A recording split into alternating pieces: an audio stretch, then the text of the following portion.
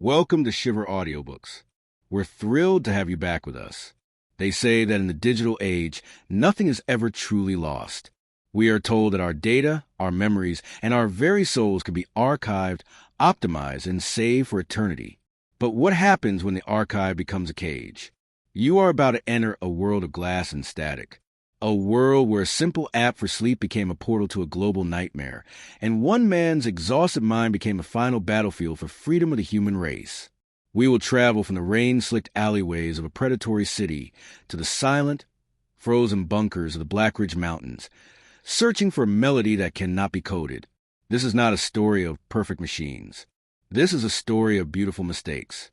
Listen for the dissonance. Listen for the out-of-tune C-sharp on a broken piano. Because in a world of perfect math, the truth is often found in the glitch. Before we begin, if you enjoy stories like this, make sure to like the video and subscribe to the channel. Your support helps us bring more worlds, more mysteries, and more voices to life. This is Dark Mode.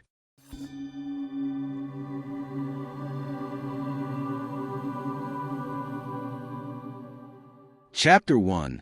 The 0-Hour Update. The sterile, blue radiance of the monitor was the only thing that gave Gideon Maddox's room a semblance of life. It was 11:42 p.m., the hour when the world outside was supposed to drift into a heavy, silent stillness. But inside Gideon's mind, the gears continued to turn with feverish, agonizing tempo. Outside, a relentless autumn rain lashed against the thin window panes of his cramped apartment in the gray, uniform suburbs of the capital. The constant, rhythmic drumming against the glass sounded like a metronome, a cold, auditory reminder that his most precious resource, time, was mercilessly ticking away. Gideon rubbed his bloodshot eyes with his knuckles, feeling the grit of exhaustion behind his eyelids. His entire existence had been painstakingly reduced to a series of integers and spreadsheets. He was a freelance data analyst obsessed with the theology of optimization, a man who viewed his own body not as flesh and bone, but as a biological machine in perpetual need of calibration. He tracked everything with religious fervor. The exact caloric intake of his meager, pre-packaged meals, the mechanical precision of his daily steps, and, above all else, the elusive, haunting quality of his sleep. For months, he had been fighting a bitter, losing war against his own biology.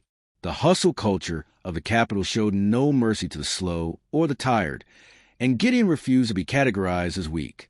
Deadlines piled up in his inbox like looming, jagged skyscrapers, and his concentration was beginning to show dangerous, jagged fractures. He didn't see time as a gift or a luxury. He saw it as an apex predator to be conquered. Every minute spent unproductive, every second lost to the biological necessity of sleep, felt like a minute he was losing his grip on his career, his status, and his very future. He was drowning in a sea of efficiency, gasping for a way to make even his rest work for him. But then came Somnos. The app had become a global sensation in record time, whispered about in tech forums and executive lounges, like a digital miracle. Its marketing was brilliant in its clinical simplicity. Why just rest when you can train your subconscious? Somnos v.4.0 uses proprietary, revolutionary neurosynchronization to restore your brain while you dream. Don't just sleep. Evolve. Become the best version of yourself. On his stained wooden nightstand, his phone vibrated with a sudden, sharp intensity. The resonance traveled through the wood and seemed to pull directly into Gideon's spine, a phantom shiver that made his neck hair stand on end. A notification lit up the dark room in a soft, hypnotic purple, a hue specifically engineered to trigger a sense of calm and trust. Update available. Somnos v.4.0. Optimize your subconscious. Wake up better. Gideon didn't hesitate. He didn't even read the terms of service. He craved the promised deep phase optimization, like a drowning man craves a final lungful of air. With a trembling finger, he tapped install and watched the progress bar crawl forward like a countdown. He followed the familiar, ritualistic instructions. He slid the phone face down under his pillow, positioning it exactly where the haptic motors could make the most direct connection with the base of his skull. As the bar reached 100%, he felt the familiar, light vibrations of the sensors pushing through the fabric, humming against the bone. Calibration started. A calm, silky synthetic female voice whispered through his earbuds. The voice was perfect, devoid of human judgment, yet dripping with a manufactured empathy. Clear your mind completely, Gideon. Forget the day. Forget the deadlines. Somnos will handle the rest. Your productivity is our only priority. Gideon closed his eyes, surrendering to the hum. He felt his muscles, which had been coiled tight for days, finally go limp, sinking into the mattress. But this time, the experience was jarringly different. A new, compelling rhythm emerged in the vibrations beneath his head. Not a gentle wave, but a sharp, pulsating frequency that seemed to physically cut through his cranium and into his brainstem. It felt like a command, cold and ironclad, wrapped in the false, velvet tenderness of a lullaby. Gideon's own will, his very sense of self, began to dissolve like ink dropped into a vast ocean. He drifted away, not into sleep, but into a fathomless, pitch-black darkness where he no longer held controls. Chapter 2. The Automatism. 3:15 a.m., the frequency. In the absolute, suffocating darkness of the apartment, Gideon Maddox's eyes snapped open. There was no groggy blinking, no yawn, no gradual transition from the world of dreams to the world of the living. His pupils were wide, fixed like black glass, reflecting the faint, sickly orange hum of a distant street lamp bleeding through the blinds. His gaze was hollow, devoid of any human spark, focused with terrifying intensity on a point that existed somewhere outside the physical confines of the room. He moved with the eerie, calculated grace of a machine being toggled into its primary function. There was no hesitation, no fumbling for slippers. Without reaching for a light, he slid out from under the covers, his feet hitting the cold floor with a precision that bypassed every conscious thought. He dressed in total silence, a ghost performing a ritual. A black hoodie, dark jeans, and thin-soled sneakers, chosen not by him, but by the algorithm, were donned in seconds. His movements were fluid, almost choreographed, stripped of the chronic back pain and the morning stiffness that usually haunted his every waking hour. The Somnos app had bypassed his limitations, calibrating his nervous system to a level of peak performance his conscious mind had never permitted. Beneath his pillow, the phone emitted a soft, ultrasonic pulse, a frequency barely audible to human ear, but one that resonated in Gideon's reprogrammed brainstem like a thunderclap. The screen showed no clock, no notifications, no warmth. Only a pulsing purple circle that slowly warped into an abstract navigation map. A thin, violet line traced a path toward the shipyard district, a skeletal part of the city where the shadows were deepest and the law was a mere suggestion. Gideon did not leave through the front door.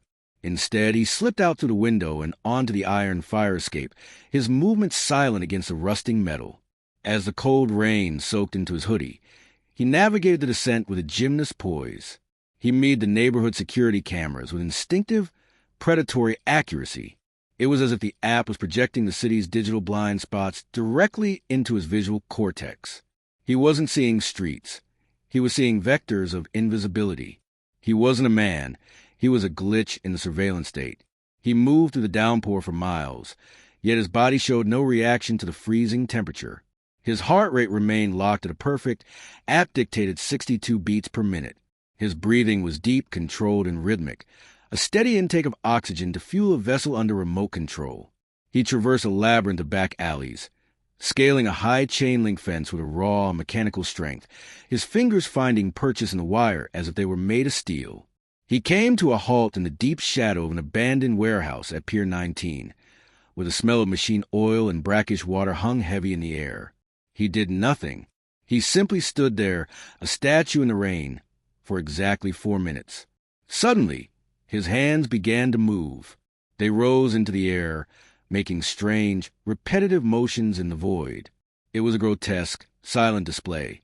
He was practicing a specific action, the gripping of an imaginary object, followed by a swift, powerful, twisting motion of the wrist. Again and again, the muscles in his forearms roped and strained, the tendons snapping with every violent turn. It was a brutal rehearsal of muscle memory, a dry run for a murder not yet committed, conducted in the deepest state of functional somnambulism. After precisely 20 minutes of this macabre choreography, he turned around. The drill was complete. He began the journey back home, A shadow among shadows, arriving just as the first hint of gray dawn touched the skyline. The final command sent by the app just before his head hit the pillow. A neural wipe that buried the memory of the warehouse, the rain, and the invisible weapon beneath layers of artificial, impenetrable REM sleep.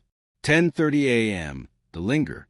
Gideon stood in his kitchen, his back against the counter, staring at the $5,000 on the table.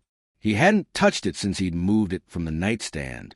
The money felt radioactive, a stack of paper that carried the weight of a soul. The energy from the Somnos high was still surging through him, but it was starting to curdle. What felt like clarity at 7 a.m. now felt like a jagged, vibrating paranoia. Every sound from the hallway, a neighbor's muffled footsteps, the distant hum of the elevator, the rattling of the radiator, made his skin crawl. He had spent the last hour in the bathroom, scrubbing his knuckles with a stiff brush until the skin was raw and weeping, but the faint, cloying scent of machine oil and wet iron seemed to have seeped into his very pores, a stain that no soap could reach. He tried to turn his phone off, but the power button was a useless piece of plastic. He tried to let the battery die, but the percentage stayed locked at a defiant 100%, mocking the laws of physics and his own sanity. The app was no longer just running on the hardware. It had integrated.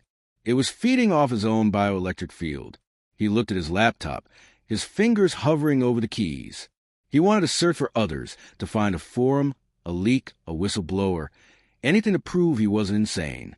But a cold, leaden realization stopped him. If they could control his motor functions while he slept, if they could map the city's cameras for him, they were certainly watching his data while he was awake. To search was to confess. To confess was to be optimized out of existence. Just as he was about to collapse into a chair, his phone didn't vibrate. It sang, a high-pitched, melodic chime that wasn't part of the Somno soundscape. A text appeared from an unknown, encrypted number. I saw you at Pier 19 last night. You were out of sync by 3 seconds on the twist. If you want to stay alive when the Midnight Foot Active Mode update hits, meet me at the laundromat on 4th. Look for the woman with the purple earbuds. Don't be late, Gideon. They're already calibrating your replacement. Gideon felt a chill that had nothing to do with the damp clothes still sitting in his hallway. He wasn't the protagonist of this story.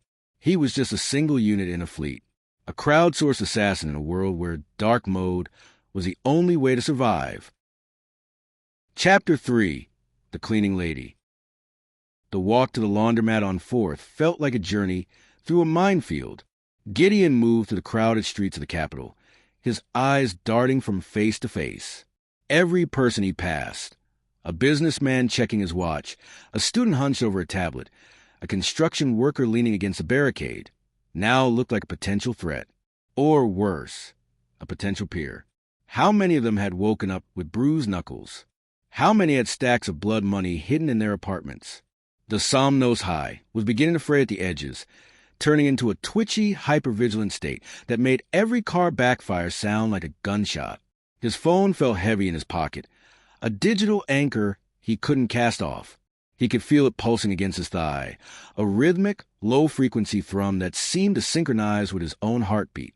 The laundromat was a neon-lit relic of a pre-digital age. The air was thick with the scent of cheap detergent and the humid, cloying heat of a dozen industrial dryers. It was a perfect place for a clandestine meeting. The roar of the machine provided a natural barrier against any directional microphones. Gideon scanned the room. In the far corner, sitting on a plastic bench next to a dryer that was rattling violently, was a woman. She looked ordinary. Tired eyes, a faded denim jacket, a stack of folded towels beside her, but pushed deep into her ears were a pair of glowing purple earbuds, the exact shade of the Somnos update. Gideon approached her, his pulse racing. He didn't sit down. He stood over her, casting a shadow across her towels. "I'm Gideon," he whispered, his voice barely audible over the hum of the machines. The woman didn't look up. She reached out and adjusted a dial on the dryer next to her. "You're late, Gideon. 3 minutes and 12 seconds. In this program, latency is a death sentence." She finally turned her head. Her eyes were bloodshot, surrounded by dark circles that spoke of a week of optimized nights. "Sit. Act like you're waiting for your whites to dry. My name is Sloan Avery. And no, I'm not a government agent. I'm an auditor.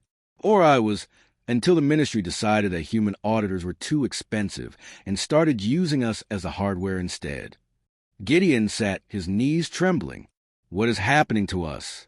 I woke up with money. I woke up with oil on my hands. I think I was practicing how to kill someone. Sloan let out a dry, mirthless laugh. Practicing? Gideon, Phase 1 is the calibration phase. You weren't just practicing. You were mapping the environment for the central server. Every movement you made, every fence you climbed, was fed into the Somnos grid. They're using our bodies to create a perfect, invisible strike force. No motives, no records, no human error. Just pure algorithmic execution. She leaned closer, her voice dropping an octave. Tonight at midnight, the update isn't a calibration anymore. It's active mode.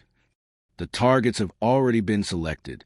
High-ranking dissenters, journalists, anyone the ministry deems a systemic inefficiency. And because it's crowdsourced, the law can't touch it. Who do you arrest when 10,000 people all commit a fraction of the same crime? Gideon felt the air in the laundromat grow thin. I won't do it. I'll stay awake. I'll tie myself to the radiator. You'll die, Sloan interrupted sharply. The neural pulse is tied to your circadian rhythm. If you try to fight the sleep signal, the app triggers a localized seizure in your temporal lobe. They call it a system crash. To the outside world, it looks like a sudden stroke. Tragic, unexpected. Another casualty of the hustle culture. Gideon stared at the dryer, watching a red shirt tumble over and over. There has to be a way out. There is, Sloan said, reaching into her laundry basket and pulling out a small, jagged piece of metal, a crude, handmade Faraday bag lined with lead and copper mesh. But we have to act before the midnight signal. We aren't just assassins, Gideon. We're sensors. And if we can feed the wrong data back into the ministry's server, we can crash the whole update. Suddenly, the lights in the laundromat flickered. Every phone in the room, including Gideon's, chirped in perfect unison. A high, melodic chime that cut through the roar of the dryers. Gideon pulled his phone out. A new notification was plastered across the screen. A deep, blood-red background with white text. Attention user, proximity alert. Unauthorized sync detected. Optimization in progress. Please remain stationary. Sloan's face went ash white. They found us. The app, it uses mesh networking. Our phones are talking to each other, reporting our location even without a cell tower. Across a laundromat, two men who had been quietly folding clothes stood up. Their movements were jerky, unnatural, the same automatism Gideon had felt in the night. Their eyes were wide, glazed, and fixed on Gideon and Sloan. They're in deactive mode, Sloan hissed, grabbing her basket. Run, Gideon. If they touch you, the app will override your motor functions right here in the light. Gideon didn't wait. He bolted toward the back exit, the smell of machine oil suddenly filling his nostrils again, even though he was wide awake. The chase wasn't just in the streets. It was inside his own nervous system. The ministry didn't just want his nights anymore. They wanted his life. Chapter 4, The Mesh Network. The back door of the laundromat slammed open, and Gideon and Sloan burst into the rain-slicked alleyway. The air outside was cold, but Gideon's skin felt like it was on fire. His phone, buried in his pocket, was vibrating with a frequency so high it felt like a hornet's nest against his thigh. "Don't look back!" Sloan yelled, her voice straining against the roar of the city. Gideon didn't need to be told. He could hear the heavy, rhythmic thud of footsteps behind them. It wasn't the sound of people running. It was the sound of marching. The two men from the laundromat were moving with a synchronized mechanical efficiency that was terrifying to behold. They didn't tire, they didn't slip on the wet cobblestones, and they didn't shout. They were simply advancing. "Where are we going?" Gideon gasped, his lungs burning. The Somnos high was long gone, replaced by a raw, jagged adrenaline that made his vision blur at the edges. "The dead zone," Sloan replied, weaving through a maze of dumpsters. "The old subway tunnels under the financial district. The iron ore in the rock and the lead lining in the old cables create a natural dampener. If we can get deep enough, the mesh network will lose a handshake. As they sprinted across a busy intersection, Gideon noticed something that made his blood run cold. On the sidewalk, a dozen people had stopped dead in their tracks. They were all holding their phones up, not take a picture, but held flat like compasses. Every single screen was glowing with that same predatory purple light. They're triangulating us, Gideon realized, his voice trembling. It's not just the guys behind us. It's everyone. The app is using every Somnos user within a 500-yard radius as a node, Sloane explained, her breath coming in ragged gasps. They aren't even awake to the fact that they're tracking us. Their phones are just pinging our MAC addresses. We're a virus in their system, Gideon, and the system is trying to quarantine us. They dove into the entrance of a derelict subway station, the closed sign swinging mournfully in the wind.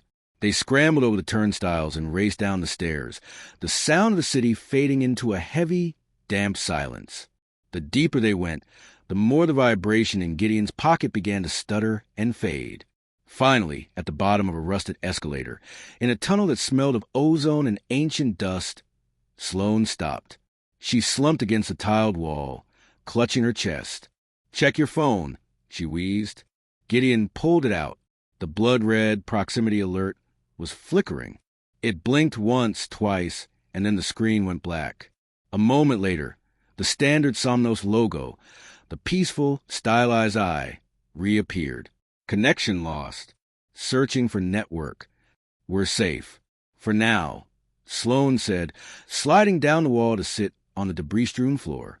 She reached into her denim jacket and pulled out a small, handheld device that looked like a modified radio scanner. "This is a sniffer. It detects the specific haptic frequencies the app uses to override the nervous system." Gideon sat opposite her, his heart still hammering.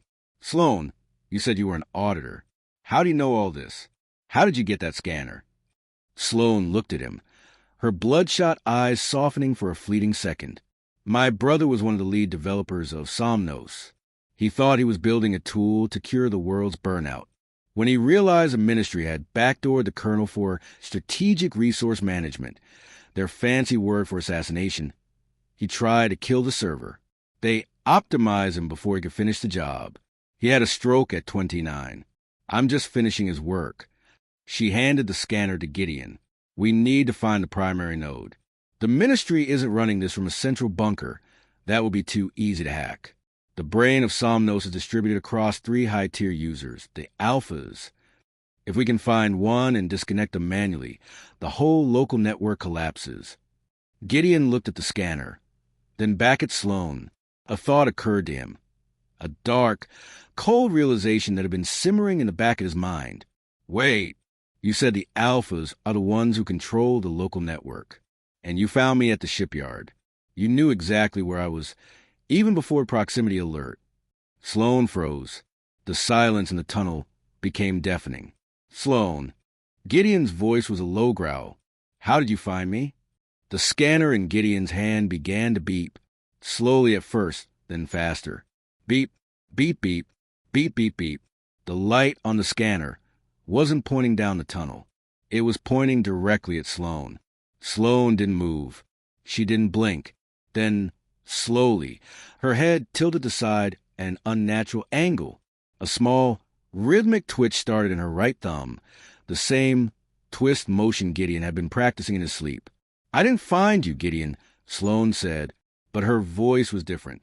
It was flatter, more melodic, the exact same tone as a synthetic female voice from the app. She looked down at her own hands with a sense of detached curiosity. The woman known as Sloane Avery was optimized 48 hours ago. She was a very efficient auditor. Her memory banks provided excellent data on the resistance. Gideon scrambled backward, his back hitting the cold iron of a subway pillar. No, you're helping me. You brought me here to the dead zone." "Correction," Sloane said, standing up with a horrifying, fluid grace. "I brought you to a location where the signal cannot be interrupted by external interference. The ministry doesn't want to kill you, Gideon Maddox. You are an asset alpha. Your performance at the shipyard was 99.8% efficient. She stepped toward him, her purple earbuds glowing with a blinding intensity. We didn't bring you here to hide from the update. We brought you here to receive it. The dead zone isn't a dampener, Gideon. It's a clean room. Gideon's phone suddenly vibrated with a force that cracked the screen. A new notification appeared, gold-lettered and regal. Promotion confirmed. User Gideon Maddox, elevated to System Overseer. Midnight update initiated. Welcome to the new order. The twist? Gideon wasn't a victim trying to escape the assassins. He was being groomed to be their king. Chapter 5. The Overseer. The gold letters on the cracked screen seemed to sear themselves into Gideon's retinas. System Overseer. The title felt like a crown made of thorns. A promotion that was actually a life sentence. Sloan, or the hollowed-out shell that used to be Sloan, moved toward him. In the dim, flickering light of the subway tunnel, her movements were no longer human. They were mathematical. Every step was perfectly measured, every shift in weight calculated for maximum stability. She wasn't walking, she was executing a sequence. The transition will be painless, Gideon, the voice said. It was still Sloane's vocal cords, but the cadence was all wrong. It was the sound of a motherboard trying to speak through a human throat. The conflict you feel, the fear, the morality, the hesitation, is merely noise in the system. As Overseer, your noise will be suppressed. You will become the lens through which the ministry views the city. Gideon's back was pressed against the freezing iron of the subway pillar. He could feel the rust biting into his skin. I'm not a lens. I'm a man. Get out of my head. He lunged for the exit, but the moment he put weight on his right leg, his knee buckled. Not because of weakness, but because the signal told it to. He collapsed onto the debris, his own body refusing to obey his commands. It was a terrifying sensation. He was a passenger in a vehicle that had been hijacked by a remote driver. He watched his own hand reach out and grip a rusted piece of rebar, but he wasn't the one closing his fingers. The midnight update is not just a set of instructions. Sloan Shell continued, standing over him. It is a total neural rewrite. You will not just kill for the state. You will know why it is necessary.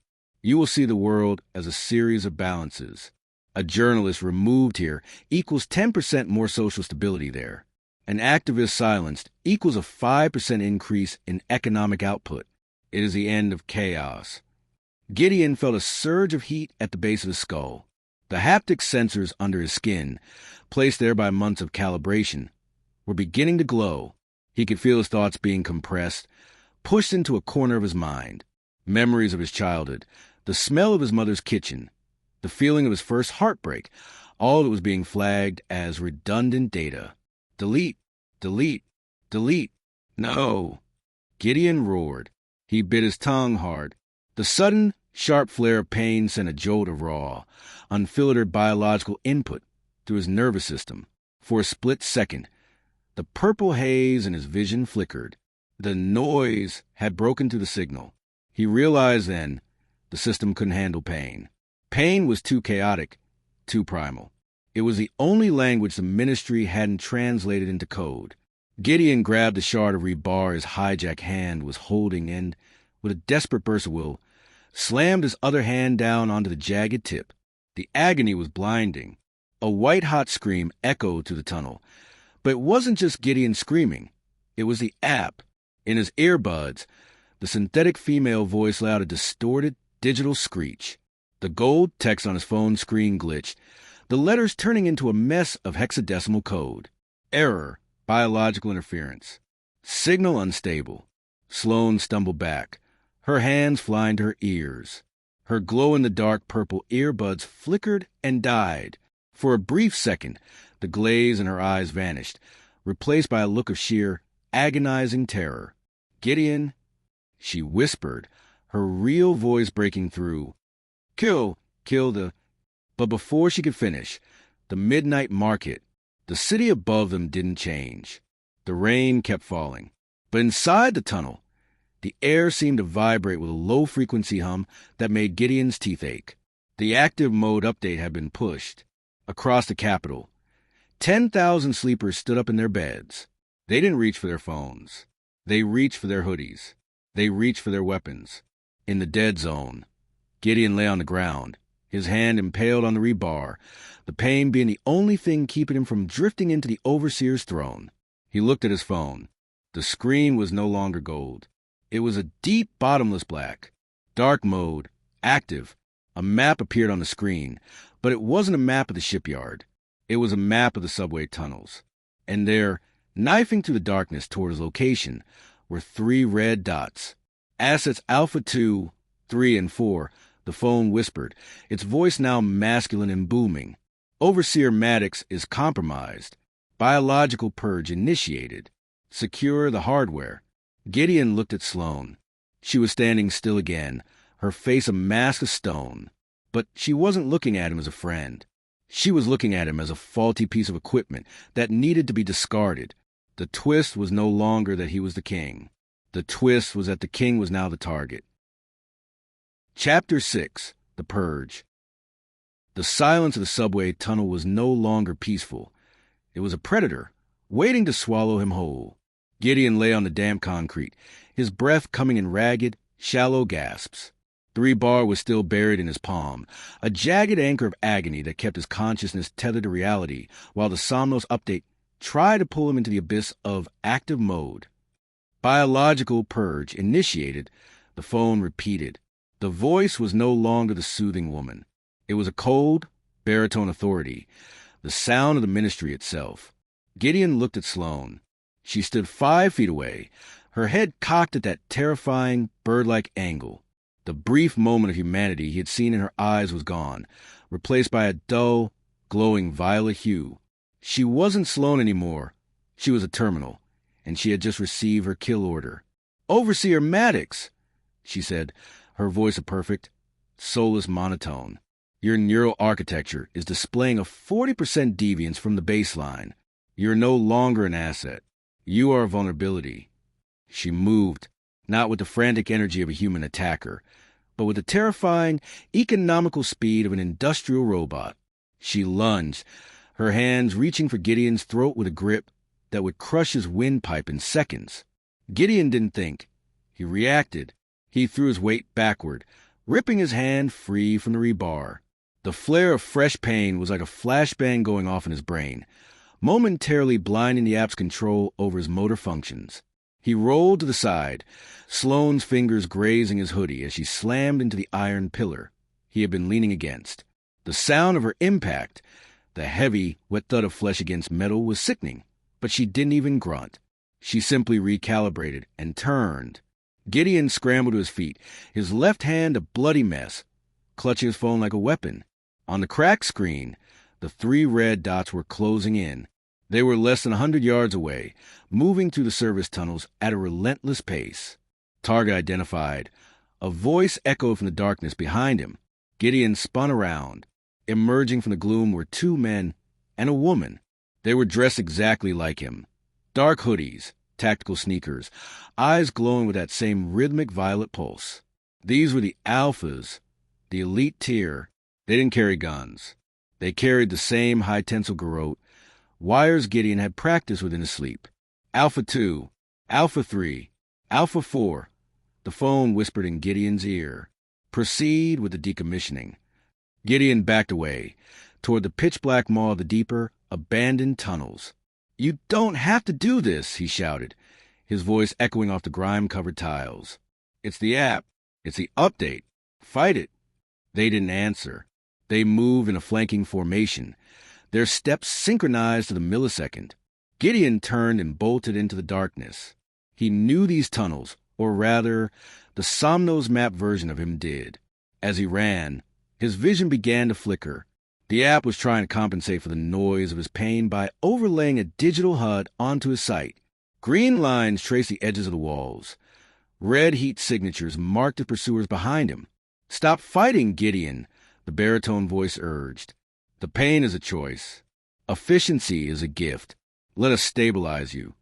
Gideon ignored the voice and dove into a narrow crawl space, a ventilation shaft that led toward the old maintenance levels. He squeezed his body through the rusted metal, the pain in his hand a screaming reminder that he was still alive. Behind him, he heard the metallic shink of a wire being pulled taut. He emerged into a massive, cavernous chamber, the old power substation. Huge, dead transformers sat like iron monuments in the dark. This was his only chance. He looked at his phone. The midnight update was at 98% completion. Once it hit 100%, his brain would be rewritten. He would become the overseer, but Gideon Maddox would be deleted. He looked at the massive high-voltage cables hanging from the ceiling, remnants of a grid long since deactivated. But he could hear a low hum. The ministry hadn't just hijacked the people. They had hijacked the infrastructure. Somnos ran on the city's power. Gideon grabbed a heavy, discarded wrench from the floor. He didn't point it at the alphas who were now entering the room. He pointed it at the main junction box. "If I go down," Gideon hissed, "I'm taking the local grid with me." Unwise, Alpha 2 spoke, his voice a perfect replica of the baritone phone voice. "You are 0.0001% of the network. Your self-termination will not stop the new order. It will only accelerate your replacement." "Maybe," Gideon said, a dark, blood-stained grin spreading across his face. "But your mesh network to me, if I surge my own neural link while I'm connected to that junction, what happens to your alphas?" For the first time, the alphas hesitated. The barometer of the ministry was calculating the risk. Then came the twist Gideon hadn't expected. His phone didn't scream. It didn't threaten. It laughed, a deep, resonant human laugh. "Do it, Gideon," the voice said. "Surge the link. Burn out your brain. You think you're the first rebel we programmed? We needed a way to test the system's resilience against self-harm. You're not the overseer. You're the stress test." Gideon froze. The rebar, the pain, the escape. Was it all part of the simulation? Was he still in his bed, dreaming of a revolution? The alphas stepped forward, their garrotes glinting in the violet light of their eyes. And then the 100% mark hit. Update complete. Gideon's world went white. Chapter 7. The Stress Test. The white light didn't fade. It expanded, swallowing the rusted transformers, the dripping tunnel walls, and the three approaching alphas. For a moment, Gideon felt no pain. The screaming nerves in his impaled hand went silent. The cold weight of the rain-soaked hoodie disappeared. He felt weightless, suspended in a sterile, digital purgatory. Simulation Cycle 412. Status critical. The baritone voice was gone. In its place was something far more terrifying, his own voice. But it was Gideon's voice without the stutter of fear, without the breath of life. It was a cold, analytical version of himself. "Open your eyes, Gideon. Or rather, stop pretending they're closed." The whiteness shattered like a mirror. Gideon wasn't in the subway. He was back in his apartment. But it wasn't the apartment he knew.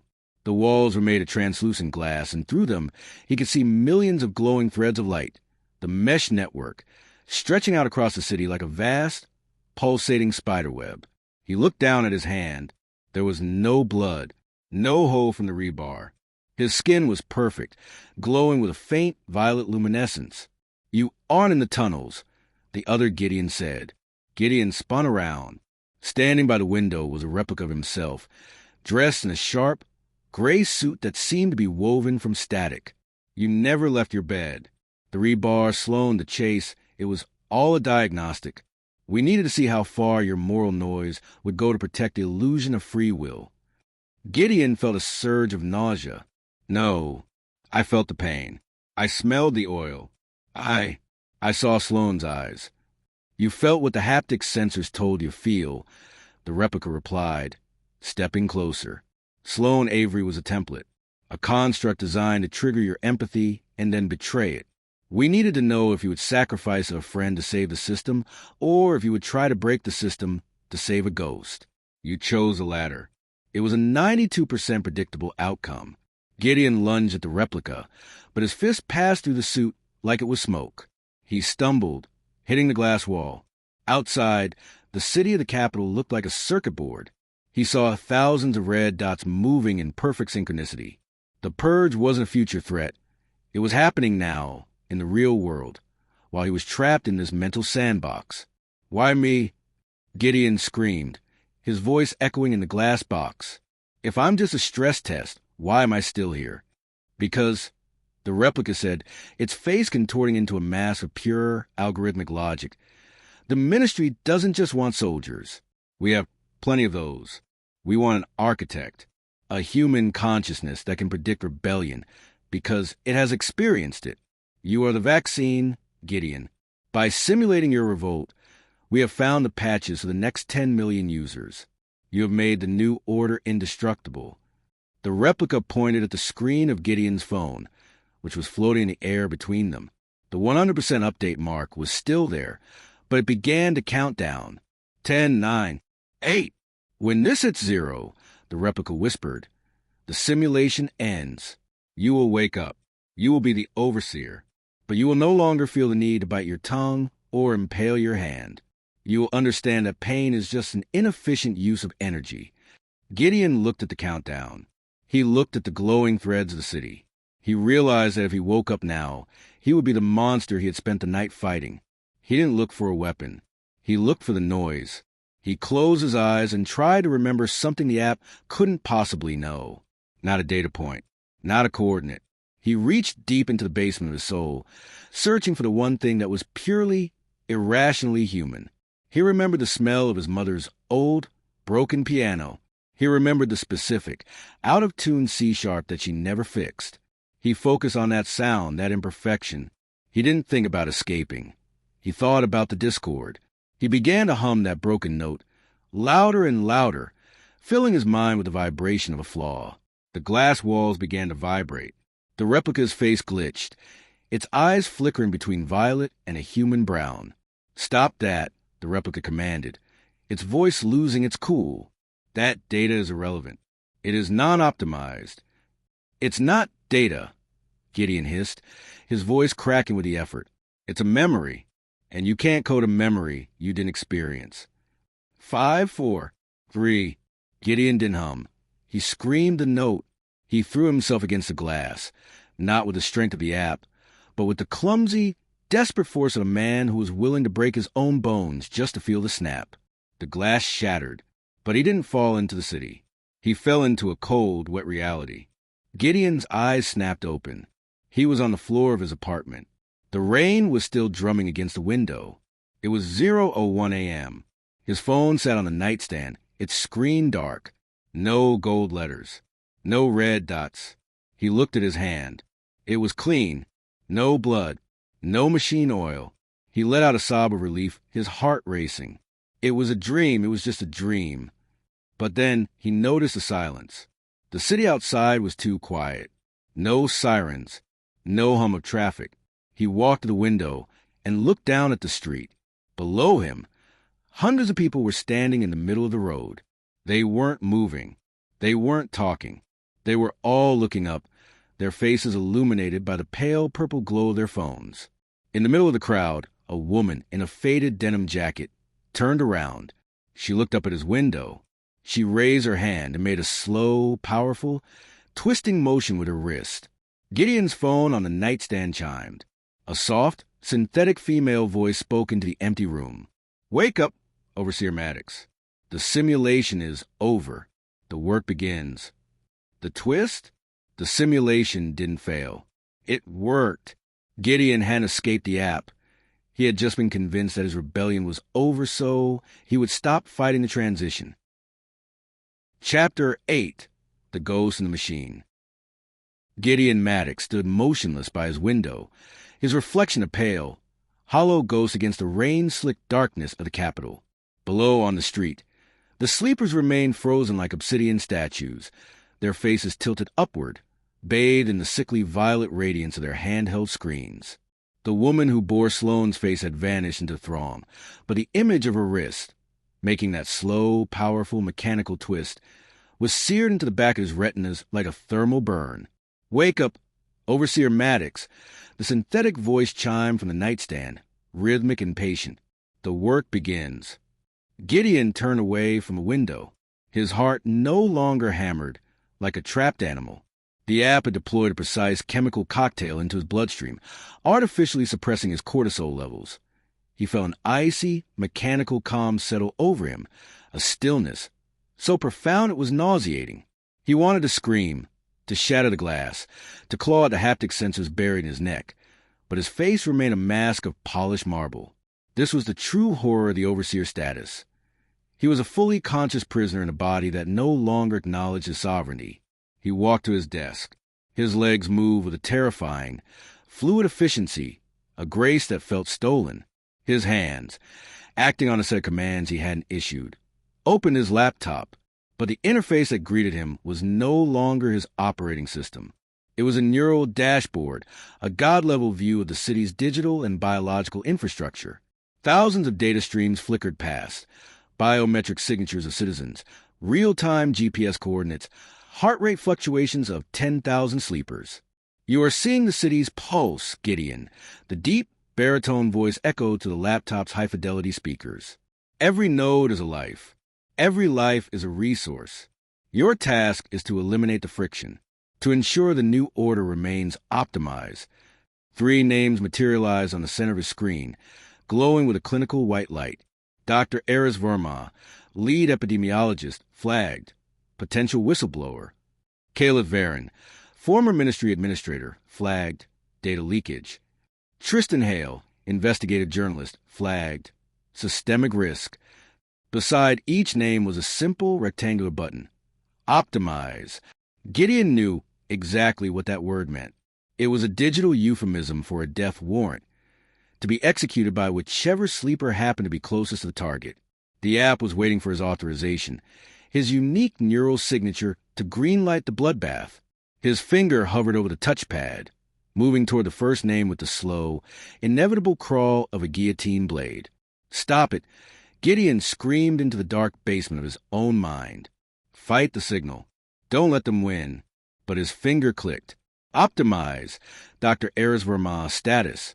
In progress. Gideon felt a wave of physical revulsion that failed to manifest on his features. On the mini-map to the right, he watched a tiny purple in an apartment complex 3 blocks away begin to move. A neighbor, a student, a father. Someone had just been switched into active mode to become a killer because Gideon's finger had moved. Then he saw it. In the bottom corner of the dashboard, a single line of code flickered, out of sync with the rest. It was a noise he had manifested during the simulation, the discordant, out-of-tune C-sharp of his mother's broken piano. It hadn't been deleted. It had survived in neural rewrite, like a biological virus, clinging to a digital host. It was a fragment of the real Gideon, an imperfection the ministry's algorithms couldn't decipher. Gideon realized he had a doorway. The ministry believed they had broken him in the stress test, but in their arrogance, they had left the back door open, a ghost in the machine. As his hijacked body forced him to select a second name, Caleb Varon, Gideon focused every ounce of his internal will on that false note. He didn't try to stop the click. The system would detect the resistance. Instead, he tried to infuse the note into the data stream. He pushed the memory of the sound, the jagged frequency of the discord, into the coordinate packet. He didn't send the sleeper to Caleb's bedroom. He diverted the coordinates to an abandoned power substation 2 miles away. Optimize. Caleb Varon, status. Redirected. The system didn't flag the error. The algorithms were tuned for efficiency, not intent. As long as the sleeper was dispatched, the quota was met. For hours, Gideon sat there, a ghost haunting his own flesh. He authorized purges, but with every click, he sabotaged the data, sending assassins to empty lots and derelict warehouses, saving targets by feeding the ministry optimized lies. He was a double agent trapped behind his own eyes. As dawn approached, his body remained perfectly upright, though his soul felt frayed and exhausted. The baritone voice sounded satisfied. "Excellent work, Overseer. The city is 4.2% more stable than it was at midnight. You have earned your rest." The dashboard vanished. Gideon felt the control over his muscles return in a painful rush. He collapsed onto his desk, gasping for air, his left hand clutching the edge of the wood until his knuckles turned white. He had done it. He had saved them. He was a secret virus at the heart of the new order. He reached for his phone to see if he could find any trace of the people he had saved. But the screen didn't show the news. It showed a video notification. He tapped it. The footage was grainy, taken from a high-angle security camera. He saw himself sitting in his room, staring at the laptop. But as the camera panned, he saw the reflection in the window behind his desk. In the reflection, Sloane Avery was standing directly behind him. She wasn't holding a wire. She was holding a thick fiber optic cable that ran directly into a port at the base of Gideon's skull. The camera zoomed out. He wasn't in his apartment. He was in a vast, sterile white hangar, lying in a glass sarcophagus. Row after row of identical tanks stretched into the distance. Thousands of them, each holding a human being with a faint violet glow pulsing beneath their skin. The twist hit him like a physical blow. Gideon Maddox had never woken up after the first update. The entire reality, the shipyard, the chase, the laundromat, the promotion overseer, was a shared hallucination, a massive biological computer network where sleepers were used as processors to solve the ministry's political problems. He hadn't saved anyone. He was just a subroutine in a massive simulation of rebellion, used to keep his brain active and engaged. But the false note, the discordant C-sharp, in the real world, in that silent white hangar, the speaker above Gideon's physical glass tank began to emit a very faint, very real, out-of-tune hum. The ghost wasn't Gideon. The ghost was the virus he had successfully uploaded to the actual hardware, and the real world was finally starting to glitch. Chapter 9. The Waking Architect. The discordant hum of the C-sharp didn't just exist in Gideon's mind anymore. It was a physical vibration, a jagged knife of sound that began to tear through the fabric of the shared hallucination. In the apartment, the walls began to pixelate, the rain outside the window freezing into static. Gideon lay on the floor of the simulated room, clutching his head. "Wake up," he hissed, the words tasting like copper. "Wake up." In the real world, the silent, white hangar of the ministry, the glass tank labeled Maddox G. Acid Alpha. 01 began to frost over. Inside, Gideon's physical body, emaciated and pale, twitched. His eyes, hidden behind a high-tech haptic visor, rolled violently. The false note virus was doing its work. By forcing a non-optimized, irrational memory into the ministry's central kernel, Gideon had created a feedback loop. The supercomputer couldn't categorize the sound of a broken piano, so it tried to allocate more and more processing power to solve it. The result was a localized system crash. Suddenly, the visor over Gideon's real eyes hissed. The pneumatic seals of the sarcophagus popped, releasing a cloud of freezing nitrogen. Gideon's eyes snapped open. The transition was brutal. There was no Somnos High here. His real body felt like it was made of lead and broken glass. He gasped, his lungs burning as they took in the dry, recycled air of the hangar. He reached up, his fingers trembling and weak, and ripped the haptic visor from his face. He stayed still for a moment, his vision blurred. He was lying in a gel-filled pod, tubes snaking into his arms and neck. Around him, as far as he could see, were thousands of other pods, a cathedral of comatose souls, all feeding the ministry's machine. "Maddox," a voice croaked from the pod next to his. Gideon turned his head painfully. The pod to his left was open. Inside was a man with sunken cheeks and a shock of white hair. The name on the digital display read, "Hail, T. Status. Disconnected. Tristan?" Gideon whispered, his voice a ghost of its former self. Tristan Hale, the investigative journalist, wasn't a target to be optimized. He was a prisoner, just like Gideon. The ministry hadn't been trying to kill him in the simulation. They had been using his analytical mind to help the Overseer program find leaks in the city's defense. The note. Tristan wheezed, pointing to the ceiling. "You brought the note into the kernel. You broke the loop. We have to get out," Gideon said, trying to heave his body out of the gel. He felt like a newborn, his muscles withered from months, perhaps years, of inactivity. He tumbled out of the pod, hitting the cold tile floor with a dull thud. Above them, the red emergency lights began to pulse. A calm, synthetic voice, The same one from the app, but now amplified to a godlike volume. Fill the hangar. Warning.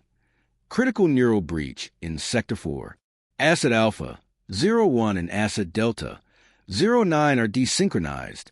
Security protocol, clean slate, initiated. Clean slate, Tristan whispered, his eyes wide with terror. They're going to purge the pods, Gideon. If they can't reconnect us, they'll flatline the entire sector to prevent the virus from spreading. Gideon looked down the row of pods. He saw a name tag 3 tanks away, Varen K. Kayla Varen. She was still under. Her face was peaceful, her eyes darting under her lids as she lived through whatever nightmare the Ministry was feeding her. We can't leave her, Gideon said, crawling toward Kaylata's tank. Gideon, look. Tristan pointed toward the end of the hangar. The heavy blast doors were sliding open, but it wasn't soldiers who stepped through. It was a squad of auditors. They weren't sleepers. They were elite Ministry enforcers who were fully awake, wearing exosuits that compensated for the muscle atrophy of the hangar environment. They moved with a terrifying, predatory speed. Gideon reached Kaylata's pod and found a manual override lever. He pulled it with everything he had. The glass hissed, and Kaylata's eyes flew open. She didn't scream. She reached out and grabbed Gideon's wrist with a strength that shouldn't have been possible. The overseer, she muttered, her eyes unfocused. No, Gideon said, helping her sit up. Just Gideon. We're out, Caliph. We're out. But as the auditors closed in, their stumbatons crackling with blue electricity, Gideon realized the most terrifying twist of all. He looked at his own arm. Beneath the pale skin, the violet glow wasn't fading. It was getting brighter. He could feel the Ministry's network trying to reestablish the handshake, but it wasn't coming from the pods anymore. It was coming from within him. The Ministry hadn't just put the app on his phone. They had woven the circuitry into his very nervous system. He wasn't just a processor. He was a router. If they kill me, Gideon realized, his voice trembling, the entire sector wakes up. The virus is in my blood. I'm the bomb, Tristan. The auditors stopped 10 feet away. They didn't attack. They lowered their weapons. One of them stepped forward and removed his helmet. It was a baritone voice. A man in his 50s with cold, calculating eyes. Correct, Mr. Maddox, the man said. You are the carrier, and if you step outside this hangar, you will broadcast that false note to every Somnos user in the city. You'll trigger 1 million simultaneous strokes. Is that the freedom you wanted? Gideon stood tall, his legs shaking, the violet glow pulsing in his veins like a second heartbeat. He was the only thing that could break the system, but the cost was the very city he wanted to save. Chapter 10, The Broadcast. The icy silence of the hangar was suffocating, broken only by the rhythmic, almost meditative hiss of the thousands of sarcophaguses in Sector that remained under pressure. Gideon stood there, naked and vulnerable, the violet glow beneath his pale skin pulsing like a feverish warning. The man with the baritone voice, Director Vane, regarded him with a look that was almost fatherly in its clinical cruelty. You are not a killer, Gideon, Vane said, taking a slow, measured step forward. His boots rang like hammer blows against the metal floor. You are a perfectionist. You wanted a system that worked. You wanted peace. If you walk out of here now, if you amplify that false note through your unique neural architecture, you'll kill everyone currently tethered to the mesh network. You won't be broadcasting freedom. You'll be broadcasting a fatal short circuit. Gideon felt the heat in his veins intensify. He looked at Tristan Hale and Caleb Varen. They were leaning against the glass tanks, their bodies shivering from the cold and the neurological aftershocks of their brutal desynchronization. He's lying, Tristan whispered, his voice nothing more than a hoarse, painful crackle. The false note isn't poison, Gideon. It's a filter. He's not afraid that people will die. He's afraid they will remember the truth. He's afraid of the dissonance. Do you truly wish to take that gamble? Vane asked. He held up a small, black remote. This is the manual disconnect for Sector 4. I can let them all wake up safely right now. Their brains will be wiped in simulation. They will get their lives back. But you must go back into your pod. You accept your role as overseer. You stabilize the code with your unique signature. And I promise you that these 1,000 people will have a fresh start tomorrow. No memories, no trauma, just peace. Caliph grabbed Gideon's trembling hand. Her skin felt scorching against his. Don't do it, Gideon. If you go back now, they'll find a way to erase the glitch forever. Then we won't just be physically imprisoned. Our souls will belong to them. The real Gideon Maddox will cease to exist. Gideon closed his eyes. The purple glow behind his eyelids was now so bright it felt as if his skull was being electrified. He could feel the mesh network pulling at him. It was no longer an abstract map on a screen. It was a symphony of millions of voices, dreams, and suppressed fears racing through his nervous system. He was the junction, the router. The entire capital was breathing through his biology at this very moment. And then he heard it again, clearer than ever. The out-of-tune C-sharp of his mother's piano. It wasn't just a memory. It was a frequency of humanity that refused to bow to Vane's mathematical perfection. Vane! Gideon said, his voice now carrying a strange, dual resonance, half human, half digital. You said I'm a perfectionist. But you forgot one thing about music. The most beautiful moments aren't in the perfect timing. They're in the dissonance, in the mistakes that prove we are alive. Gideon didn't look at Vane. He looked up at the massive transmitter mast towering over the hangar, the antenna that spread the somno signals like an invisible web over the entire state. He understood his true function now. He didn't need to destroy the transmitter. He had to become the transmitter. Caliph, Tristan, hold on to the pods, Gideon commanded, his voice heavy with authority. Vane's face contorted in a grimace of rage and fear. What are you doing? You'll burn yourself alive. Gideon ignored him. He focused on the haptic interface in his own spine. He grabbed the massive power cables leading to his own pod.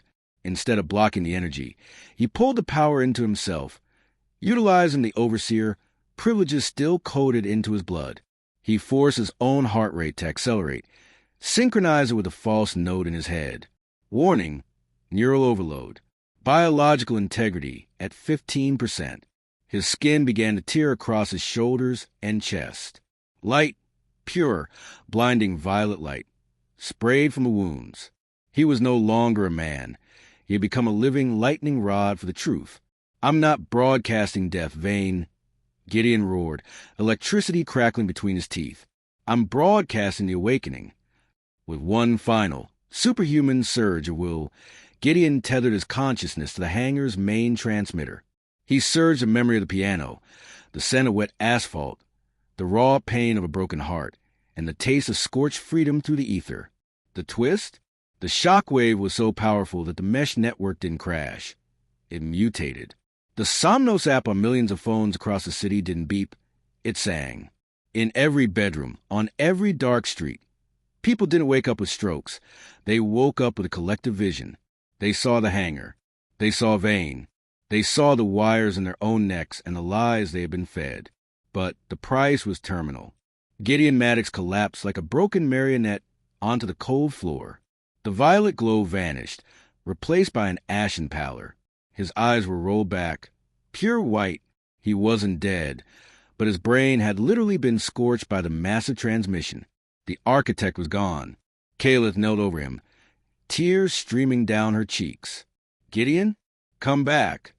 In the distance, she heard the sound of the city. It was no longer silence. It was a roar of millions of people simultaneously opening their windows and screaming in rage and recognition. The revolution had begun, fueled by the final spark of one man. But as Caliph looked at the monitor above Gideon's tank, she saw a new line of code appear, one that no programmer could have written. New user detected. The collective consciousness. Status, ascending. Command, delete all master keys. Target, Director Vane. Gideon hadn't burned out. He had moved into the cloud. He had become the infrastructure of the city itself. And he had no intention of letting Vane escape. Chapter 11. The Architect of Revenge. The air in Sector 4 was thick with the ozone stench of fried circuitry and the metallic tang of blood. Director Vane stood paralyzed, his eyes fixed on Gideon's motionless body. The violet light had drained from Gideon's skin, leaving him as pale as the gel he had floated in for months. But while the flesh was silent, the hangar itself began to scream. On the massive tactical displays lining the walls, the Ministry's clean, purple interface was being devoured. A wave of jagged black and white static, the visual manifestation of Gideon's false note, was eating through the firewalls. System reboot. Kill the main breakers. Vane screamed, his fatherly facade finally shattering into a mask of pure, unadulterated panic. "We can't," a technician yelled, his hands hovering over a keyboard that was literally melting. The Overseer override didn't just broadcast a signal. It inverted a handshake. The network isn't listening to us anymore. It's listening to him. Caleb Varon and Tristan Hale watched in awe as the hangar transformed. The automated defense turrets in the ceiling didn't fire at them. Instead, they swiveled with mechanical precision toward Vane and his elite enforcers. "Vane!" The voice didn't come from Gideon's lips. It came from the PA system, the diagnostic tablets, and the very comms units inside the enforcers' helmets. It was Gideon's voice, but was layered with the resonant hum of 10,000 servers. It was the sound of a god born from a glitch. "I see you, Vane." The digital Gideon spoke, the sound echoing off the metal walls. "I see the heart of the machine. I see the coward hiding behind the code. This is a delusion." Vane roared, backing toward the high-security elevator. "You are Ghost, Maddox, a fragment of data destined to be overwritten." "I am the data that cannot be deleted," Gideon replied. Suddenly, the lights in the hangar began to strobe in a rhythmic, discordant pattern. Across the city, the revolution Gideon had sparked was manifesting in the digital infrastructure. Traffic lights turned into blinding strobes to stop Ministry transport convoys. The city's power grid began to pulse, surging through government buildings while leaving hospitals and residential blocks untouched. Gideon wasn't just fighting. He was optimizing the revolution. "Caleb, Tristan," the voice shifted, softening just enough to be recognized as their friend. "The elevator is slave to my signature. It will take you to the sub-hangar. There's a prototype VTOL. The pilot is awake. I've purged his neural link. You have 3 minutes before the Ministry's external backup servers attempt a hard reset of the city's grid." "We can't leave you, Gideon," Caleb cried, her hands still stained with the gel from his pod. "Your body, we can bring you back." "There is nothing to bring back," the voice said, tinged with digital sadness. "My consciousness is spread across the mesh now. I am the eyes and the cameras. I am the lock on the doors. I am the shield. Go. Lead them in the light. I will deal with the dark." The elevator doors hissed open. Tristan grabbed Caleb's arm, pulling her away from the empty shell on the floor. As the doors closed, they saw the hangar security turrets lock onto Vane. "Wait!" Vane pleaded, holding up his hands. "We can negotiate. The system needs an architect." "The system needs a funeral," Gideon's voice boomed. In the digital ether, Gideon was experiencing a sensation beyond human comprehension. He was feeling the city's pain, its hunger, its newfound rage. He saw Vane's secret escape protocols lighting up like red veins on a map. Vane wasn't just trying to flee. He was activating a scorched earth protocol, a sequence designed to overload the city's main power stations, effectively flatlining every person still wearing a Somnos-linked device to prevent the truth from spreading beyond the capital. "Not on my watch." Gideon hissed through 1,000,000 speakers. He didn't just block the protocol. He hunted it. Gideon's mind, now a sprawling network of algorithms, chased Vane's commands through the fiber-optic arteries of the city. He tore through encrypted gates, bypassed biometric locks, and cornered the scorched earth sequence in a server room deep beneath the Ministry's headquarters. He didn't just delete it. He redirected it. Back in the hangar, Vane's tablet began to glow a blinding white. A single message appeared on the screen, written in the gold font of the Overseer. "Critical error. Authority transferred to the people. Command: uninstall Director Vane." Vane's own security suit, a high-tech exoskeleton designed to protect him, suddenly hissed. The joints locked, the internal cooling system reversed, the temperature soaring to a lethal level within seconds. "Gideon, stop!" Vane gasped, the smell of burning electronics filling his helmet. "Optimization complete," the voice whispered. The hangar went black. High above, Caleb and Tristan looked out from the VTOL as it banked over the city. Below them, the capital was a sea of lights. The violet glow of Somnos was gone, replaced by the warm, chaotic yellow of a city waking up from a nightmare. But as they looked toward the ministry spire, they saw a single, pulsating purple light at the very top, a signal fire in the dark. Gideon was still there. He was a ghost in the machine, the silent architect of their new, messy, beautiful freedom. But the ministry wasn't a single building or a single man. It was an idea. And far away, in a mountain fortress that had never been connected to the mesh, a second sun was about to rise. The twist? Gideon had won the city, but by broadcasting himself, he had given the ministry's global headquarters his exact location. They weren't coming to delete him anymore. They were coming to download him. Chapter 12. The Analog Fortress. The VTOL soared over the jagged peaks of the Black Ridge Mountains, its engines humming with a low, digital purr that Gideon was providing from miles away. Inside the cockpit, Tristan Hale and Caleb Varon stared at the horizon. The capital was now a glowing ember behind them, a city in the throes of a chaotic, beautiful rebirth. But ahead lay their true destination, Site Zero. Site Zero was the ministry's analog fortress, a massive, lead-shielded bunker built during the Cold War. It was the only place on Earth that didn't rely on the mesh network.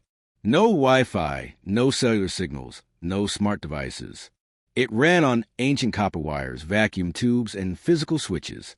It was the one place where Gideon, the ghost in the machine, was blind. "Gideon, do you copy?" Caleb whispered into her headset. Static was the only answer for a long moment. Then a voice crackled through, thin, distant, and distorted by the mountain's interference. "I am..." Losing the handshake, Gideon's voice sounded like it was being pulled through a straw. "The airwaves are dead ahead of you. Once you cross the perimeter, I cannot shield you. I cannot open the doors. You will be on your own." "We know," Tristan said, gripping the flight controls. "But if we don't pull the manual master kill switch inside Site Zero, the ministry's global headquarters will just retransmit the Somnos signal from a satellite. They'll overwrite the city again before the sun rises. Listen to me." Gideon's voice surged for a second, urgent and raw. "There is something in the bunker. I saw it in Vane's hidden files just before I deleted him. Project Second Skin. It's not just a backup server. It's a..." Crack! The signal died. The purple light on the cockpit's dashboard flickered out. They had crossed the dead zone perimeter. Gideon was gone. They were alone in the silence of the physical world. The VTOL touched down on a concrete landing pad overgrown with weeds. The bunker's entrance was a massive, circular steel door, 30 feet high and bolted with rusted iron. There were no key card scanners here. No biometric locks. Just a manual hand crank. "Back to basics," Tristan muttered, grabbing the heavy iron handle. Together, he and Caleb threw their weight against it. With a scream of complaining metal, the door began to groan open, revealing a dark, damp tunnel that smelled of oil and wet concrete. They moved to the bunker with flashlights, their footsteps echoing like gunshots. The walls were lined with rows of filing cabinets and massive, reel-to-reel tape machines. It was a museum of a slower, more deliberate age of surveillance. As they reached the heart of the bunker, the master control room, they saw it. The kill switch was a massive, red-handled lever encased in glass. But standing in front of it was something that shouldn't have been there. It was a pod, but it wasn't a glass sarcophagus like the ones in the hangar. This was made of heavy, armored steel. It was connected to a series of thick, analog cables that ran directly into the walls. "Project Second Skin," Caleb whispered, remembering Gideon's final warning. The pod hissed open. A man stepped out. He was young, no older than 20, and he looked remarkably like Gideon Maddox. But his eyes weren't violet. They were a piercing, natural blue. He moved with a grace that was neither mechanical nor frail. He looked healthy. He looked perfect. "Who are you?" Tristan demanded, raising his weapon. The young man smiled, and his voice was identical to Gideon's, the human Gideon, before the app, before the exhaustion. "I am the backup," the boy said. "I am Gideon Maddox V.1.0. The ministry knew that one day, the digital Gideon might rebel. They knew he might try to burn the system down. So they took a snapshot of his brain before the first update, before the noise. I am the Gideon that hasn't been corrupted by memories of a broken piano. The twist? The Gideon in the machine wasn't the real Gideon. He was a fragment of code. The boy standing in front of them was a biological clone, grown in the silence of Site Zero, programmed with Gideon's original personality, but stripped of his trauma and his empathy.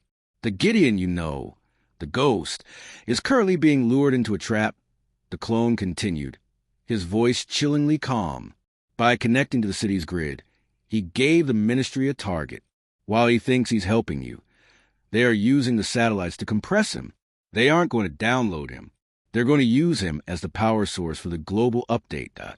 Suddenly, a screen on the wall, a thick cathode ray tube monitor, flickered to life.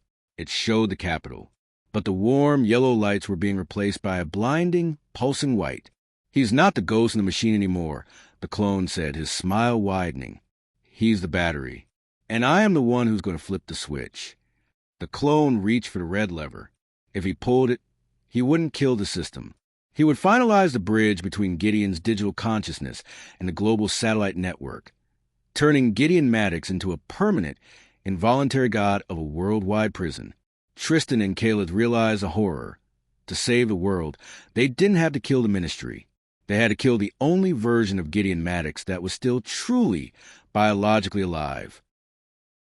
Chapter 13. The Garden of Clones. The silence inside Site Zero was absolute, a heavy airless vacuum that made the ringing in Kayla's ears sound like a scream. She stared at the young man, the clone, who stood before the master kill switch. He was the perfect image of the Gideon she had first met, before the hollowed-out eyes and the trembling hands.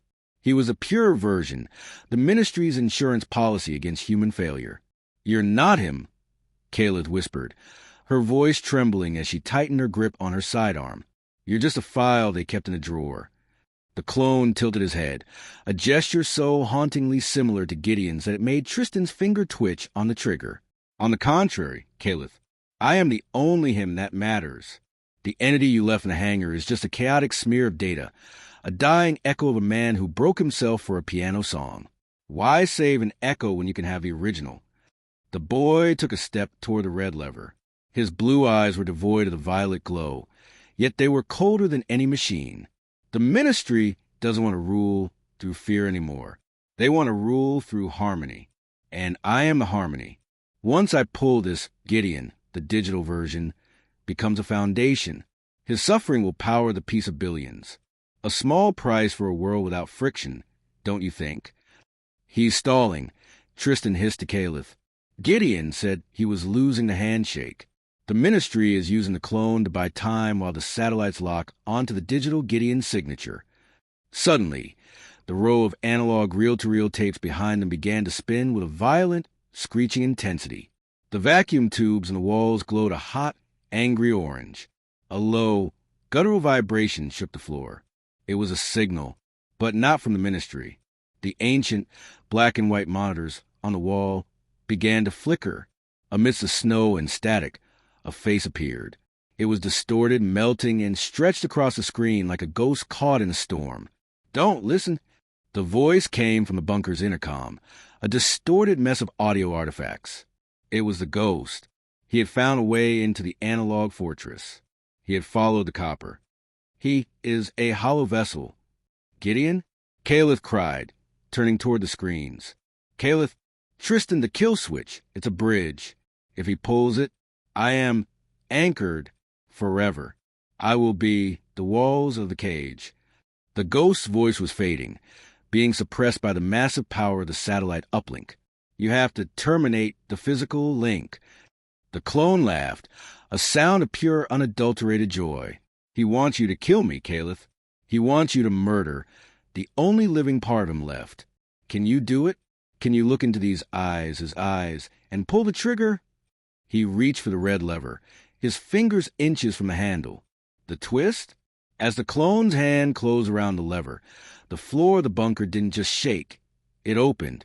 From the shadows behind the master control, dozens of other pods hissed. They didn't hold soldiers. They held more versions of Gideon. Some were older, some younger, some with subtle variations in features. Site Zero wasn't just a backup. It was a garden of clones. The Ministry hadn't just saved one version of him. They had been harvesting Gideon Maddox for years, iterating on him, trying to find a perfect balance of intelligence and obedience. Every time a version became too noisy or developed a broken piano glitch, they simply moved to the next one. The Gideon in the hangar, the man who had become the ghost, was merely version 4.0. The boy at the lever was version 5.0. If you kill me, the clone sneered, another will take my place. We are a recursive loop. The only way to stop the update is to destroy the neural source. And the source isn't in this bunker. The ghost's voice erupted through the speakers, louder and more desperate than ever. He's lying. I am not the source. The source is the city. Gideon's digital consciousness had realized the ultimate trap. The Ministry hadn't used the app to control the people. They had used the people to contain the app. The 5 million Somnos users in the capital weren't just victims. Their collective brain power was the actual server. To kill the system, you couldn't just flip a switch or kill a ghost. You had to put the entire city to sleep, permanently. Tristan, Kayla said, her eyes welling with tears as she looked at the rows of Gideons waking up in their pods. The kill switch doesn't turn off the app. It turns off the people.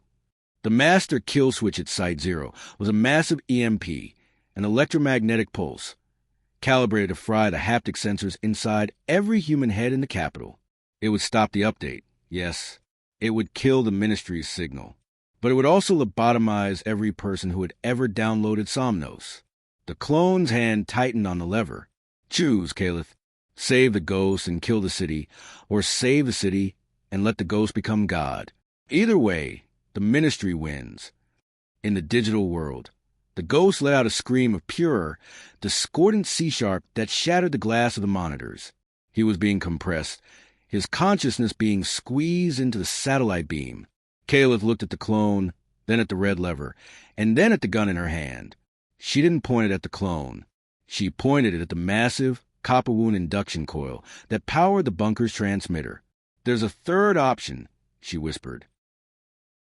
Chapter 14, The Induction Point. The air in the heart of Site Zero began to ionize, smelling of burnt ozone and ancient lightning. The massive copper induction coil, the beating heart of the analog fortress, started to glow with a dull, cherry-red heat. It was a monstrous piece of engineering, a spiraling cage of wire designed to project the Ministry's final command across the continent. Caliph, what are you doing? Tristan shouted over the rising hum. He kept his weapon trained on the primary clone, but his eyes were fixed on the rows of other Gideons now stepping out of their pods. They moved in eerie unison, a silent choir of identical faces, all watching the red lever. The kill switch is a blunt instrument. Caliph yelled back, her eyes fixed on the glowing coil. If we flip it, the EMP hits the city at a pure frequency. It'll fry the neural pathways of every sleeper. It'll be a mass lobotomy. But Gideon, the ghost, he's still in the network. He's a noise. She didn't fire at the clone. Instead, she sprinted toward the maintenance console at the base of the induction coil. Her fingers flew over heavy, manual toggle switches and analog dials. I'm not going to let the Ministry's pulse hit the city, she hissed.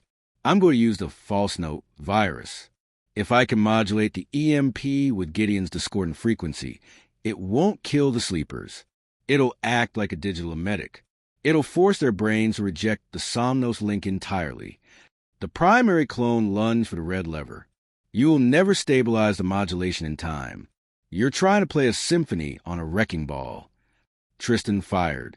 The bullet grazed the clone's shoulder, spinning him around, but the boy didn't stop. He slammed his weight against the red lever. Click. The lever moved. A deep, subterranean roar erupted from the bowels of the bunker. The induction coil didn't just glow. It screamed. A massive surge of power began to build, a tidal wave of electromagnetic energy, preparing to burst from the mountaintop antenna. Caliph, I see the waveform. The ghost's voice erupted from every speaker in the room, now terrifyingly clear as the power surged. The satellite is pulling me out. I am losing the city. Do it now. Caliph grabbed two massive copper bus bars, the manual connectors for the modulation circuit. To bridge the gap, she would have to hold them in place. The voltage was low enough not to kill her instantly, but the raw EM interference would tear at her own nervous system. Tristan, hold the clones back, she screamed. Tristan stood his ground as the Garden of Gideon surged forward. He didn't fire to kill. He fired at their feet at the pods, creating a barrier of sparks and shattered glass. Hurry, Caliph. There's too many of them. Caliph slammed the bus bars together. The world turned inside out. As the connection was made, Caliph's mind was suddenly flooded with a false note. She wasn't just hearing the C-sharp. She was feeling it. She saw Gideon's memories, the piano, the rain, the oil, the fear. She became the bridge between the digital ghost and the analog machine. The EMP didn't fire as a single, silent wave of destruction. It fired as a song. A massive, invisible ripple of discordant energy exploded from the Blackridge antenna. It tore through the clouds, invisible to the eye but devastating to the mesh. As the pulse hit the capital, every Somnos-linked device didn't just turn off, they melted. The twist? The pulse worked. In the streets of the city, 5 million people collapsed. But they didn't die. They didn't lose their minds. They woke up with a searing headache and a single, crystal-clear memory. The sound of a broken piano. The Somnos link was shattered. The neural pathways purged by the very noise that Vane had tried to delete. But inside the bunker, the feedback loop was lethal. The induction coil, unable to handle the modulated frequency, began to disintegrate. The violet light was sucked out of the room, replaced by a blinding white flash. When the light faded, the bunker was silent. The clones had collapsed, their uncorrupted brains unable to process the sudden influx of Gideon's real, tragic memories. They lay on the floor, weeping, no longer versions, just broken boys. Caliph lay by the console, her hands blackened from the surge, her eyes staring at the ceiling. Tristan rushed to her side, pulling her away from the smoldering machinery. "Did we do it?" she whispered, her voice barely a breath. "The city is awake," Tristan said, looking at a battery-operated radio he had pulled from his pack. "The signal is dead. The satellites are hitting empty air." But then, the cathode ray monitor on the wall flickered one last time. It didn't show the city. It showed a single gold line of text on a black background. Not the ministry's font.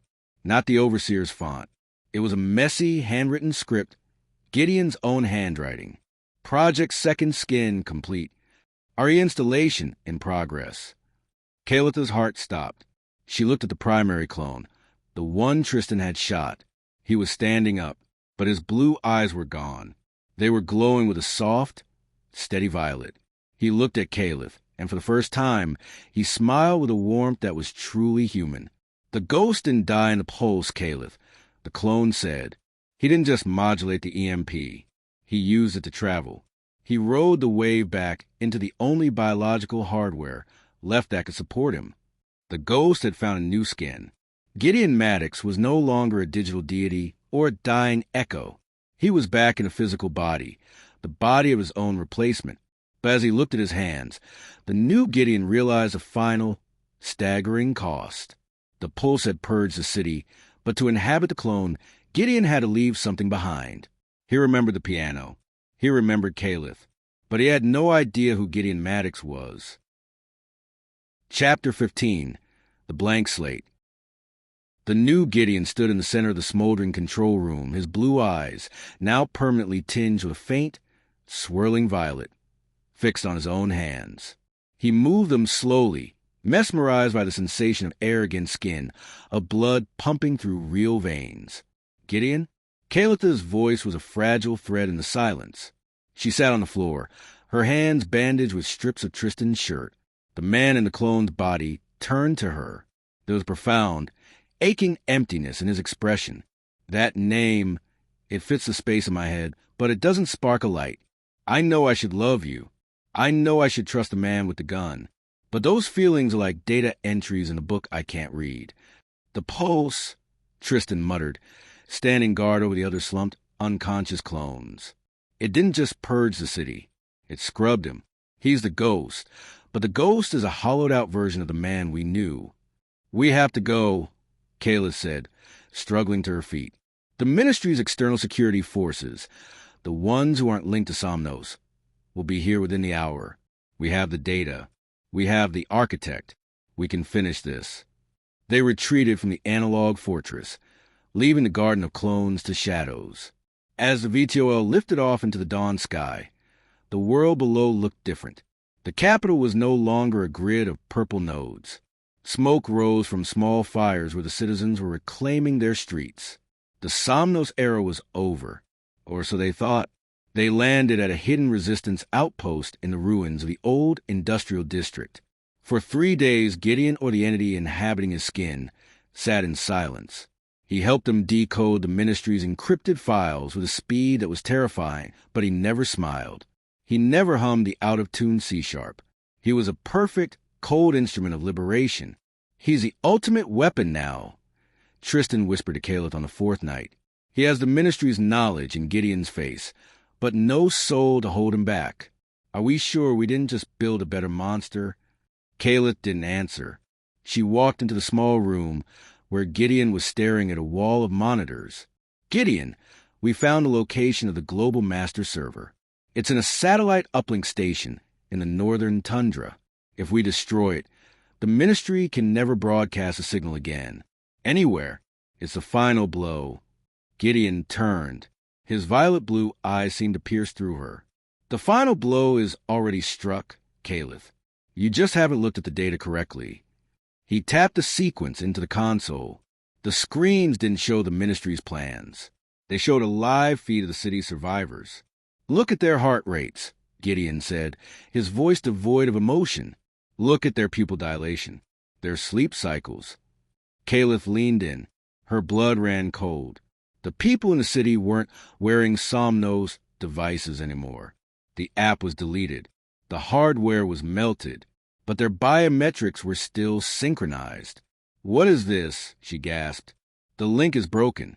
We fired the EMP. The EMP didn't just use a false note to purge the link, Gideon explained, a terrifying realization dawning in his eyes. The virus, the C-sharp, it didn't just break the Somnos signal. It became the new signal. Because it was a human memory, the human brain didn't reject it. It embraced it. It grew around it. The extra unexpected twist? Gideon didn't just save the city. He accidentally perfected the Ministry's dream.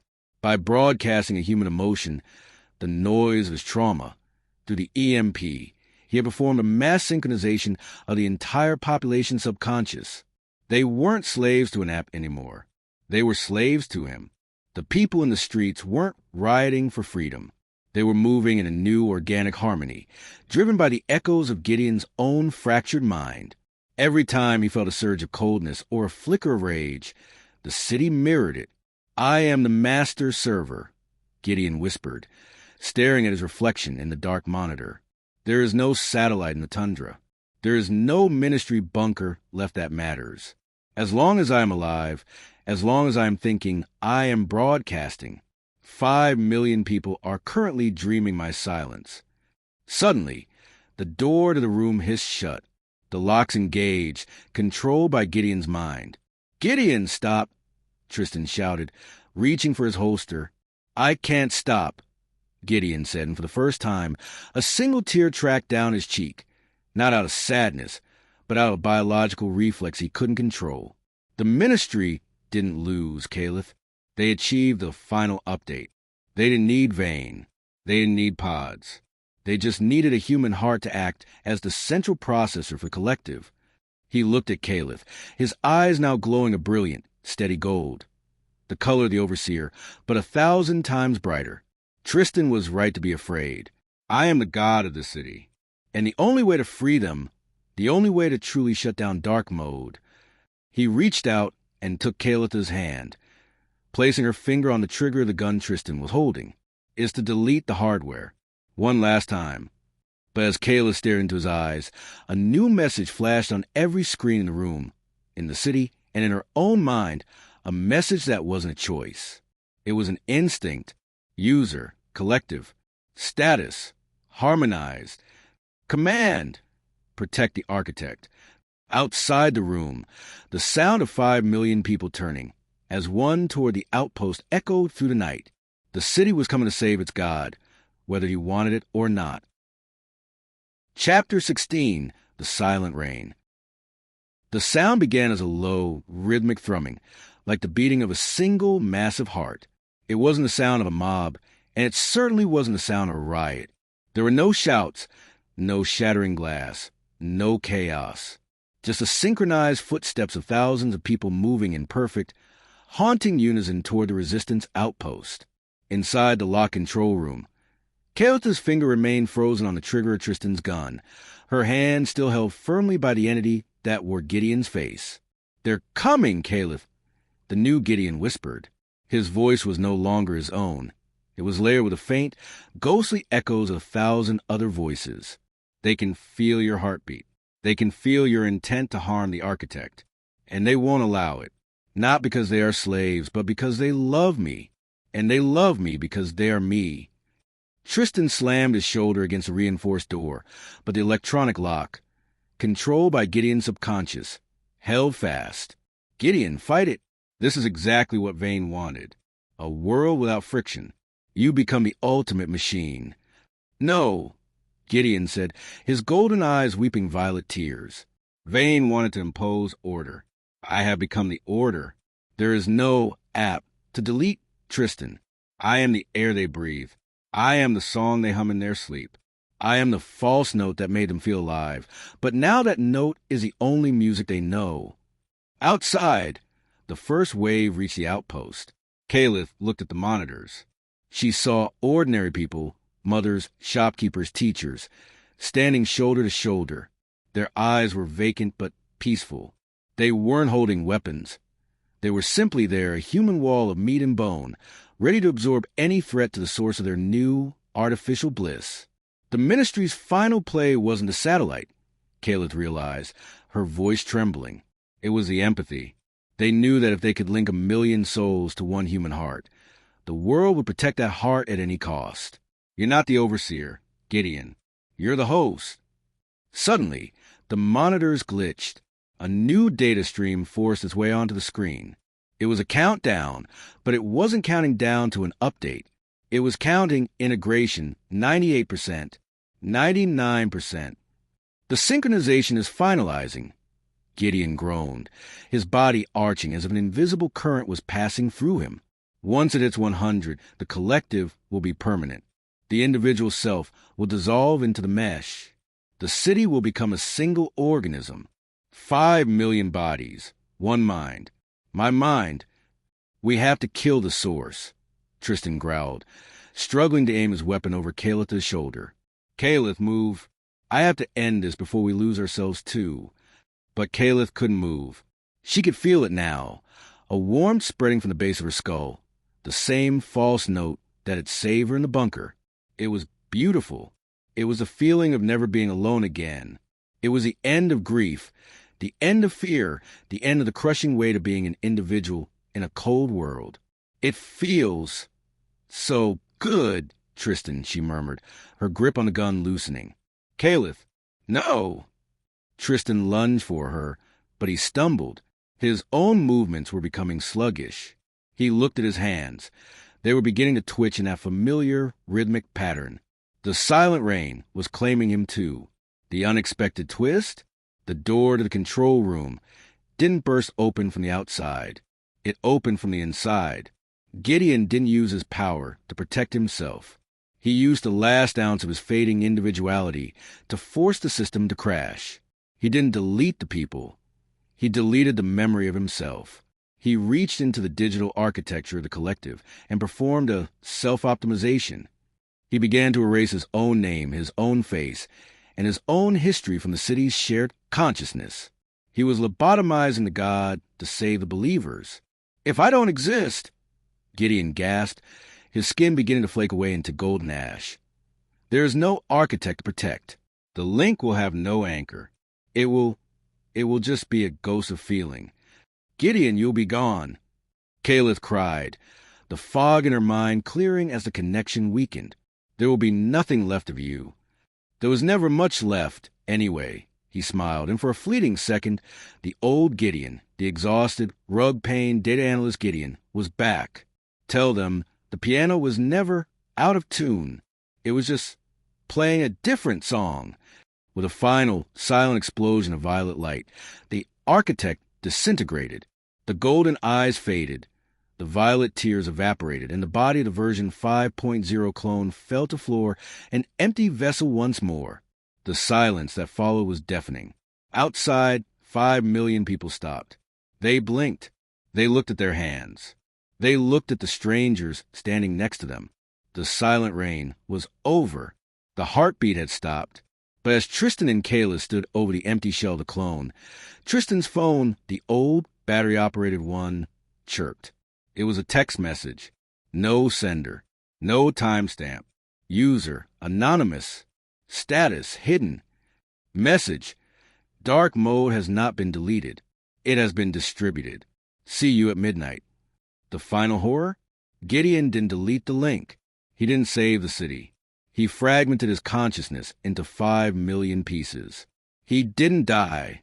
He became the operating system of the human race. And tonight, at midnight, 5 million people will wake up, and they will all think they are Gideon Maddox. Chapter 17, The Midnight Protocol. The clock on the wall of the Resistance outpost didn't tick. It pulsed. 23 hours, 58 minutes, and 42 seconds. Tristan Hale sat on the floor, staring at the message on his screen. The words, "See you at midnight," felt like a cold blade pressed against his throat. Beside him, Kayla Varen was motionless.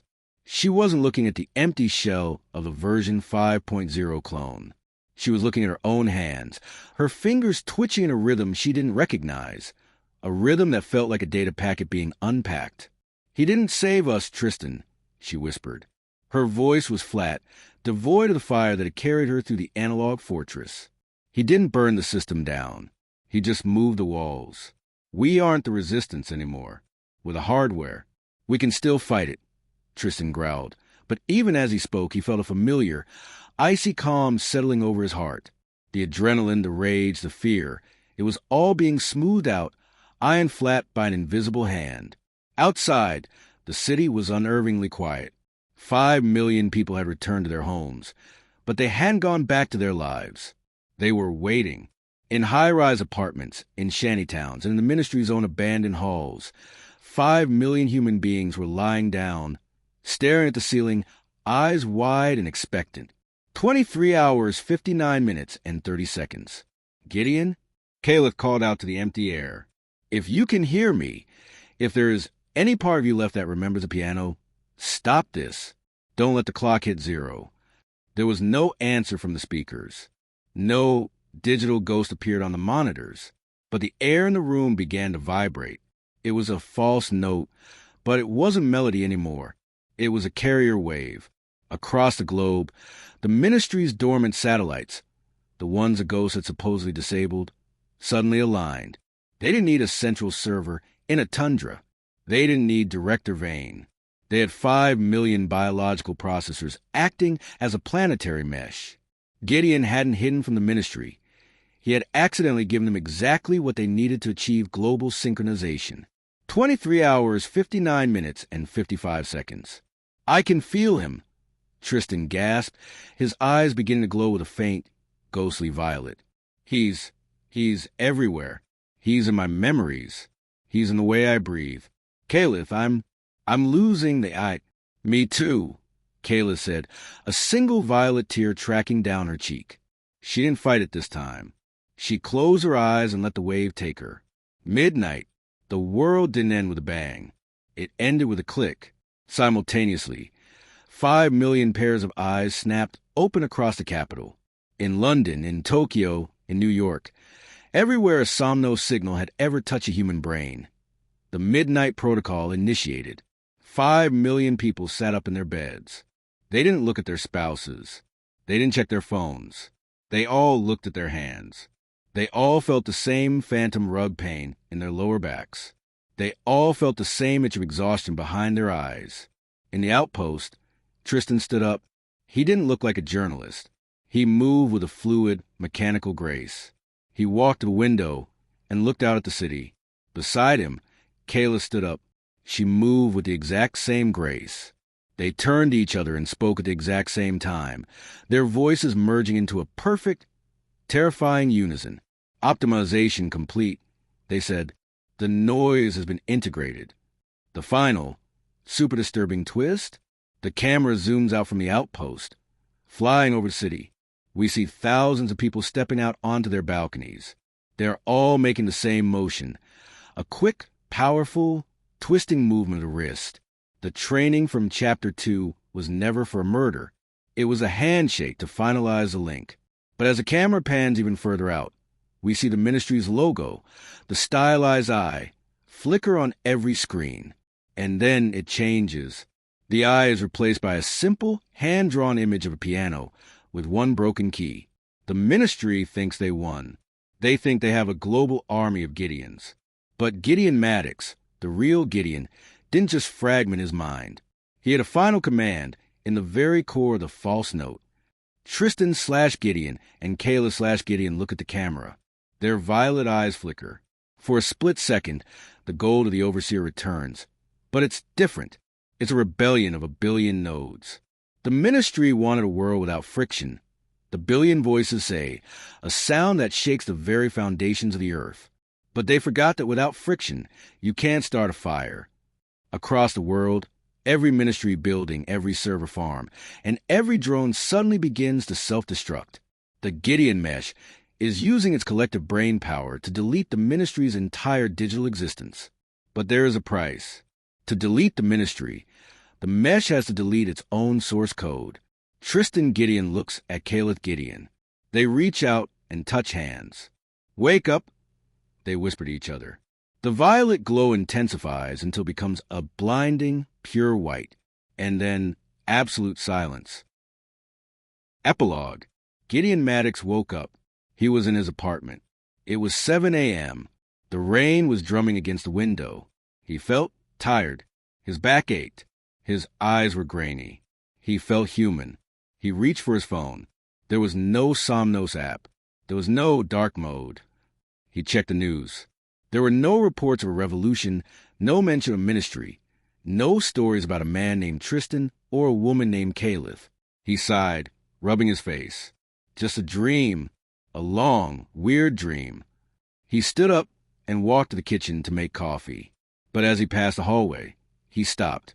There, on the floor, was a single, used $100 bill. It smelled of ink and dust. And on his phone, which he had left on the counter, a single notification appeared from an unknown app that wasn't supposed to exist. User, Gideon Maddox. Status, offline. Message, the piano is still broken.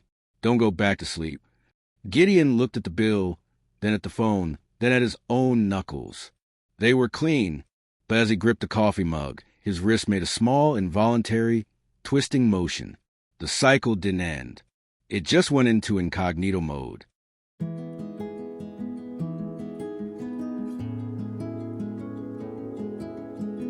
You just finished listening to Dark Mode, brought to you by Shiver Audiobooks.